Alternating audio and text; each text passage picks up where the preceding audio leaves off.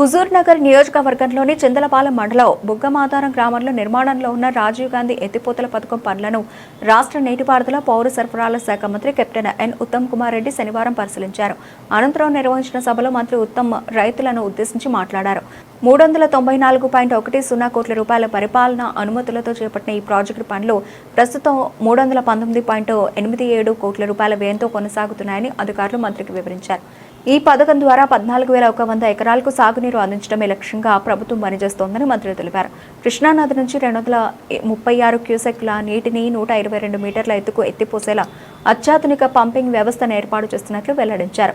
21.8 కిలోమీటర్ల pressure main pipe లైన్లో 14 కిలోమీటర్ల ఫ్యాబ్రికేషన్ పూర్తి కాగా ఇప్పటికే 6 కిలోమీటర్ల మేర పైప్ లైన్ నిర్మాణం పూర్తయిందని అధికారులు తెలిపారు.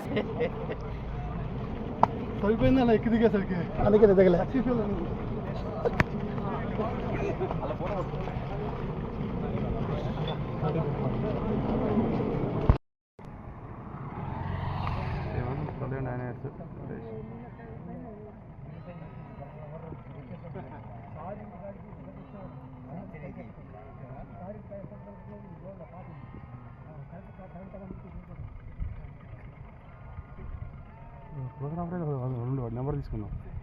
ఫోటోగ్రాఫర్ చేస్తున్నాడు ఫోటోలు. ఇంకొద్దిగా ఆయకట్టు పెంచుకుని కొంత ఇంకా వాటర్ ఆఫ్ టేక్ పెంచుకోవాల్సిందేమో చూడండి.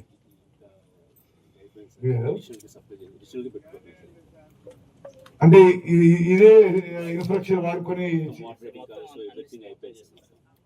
ఓకే 35 ఎకరాలకి ఈ రోజు వరకు 15,57 రూపాయలు కూడా ఇవ్వడం జరిగింది.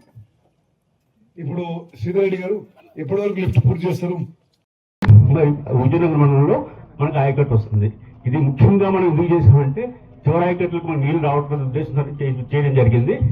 అలాగే మనకి ఎప్పుడు పులిచింతల ప్రాజెక్టులో ఎప్పుడు నీళ్లు ఉంటాయి, డౌన్స్ట్రీమ్ లెవెల్ పవర్ జనరేషన్ చేసినప్పుడు నీళ్లు మనకు చాలా వస్తుంటాయి. దానివల్ల మనకి నీటి ఇబ్బంది అయితే ఉండదు. ప్రజెంట్ స్టేటస్ ఏంటంటే sir pump house full shape లో కంప్లీట్ అయిపోయింది.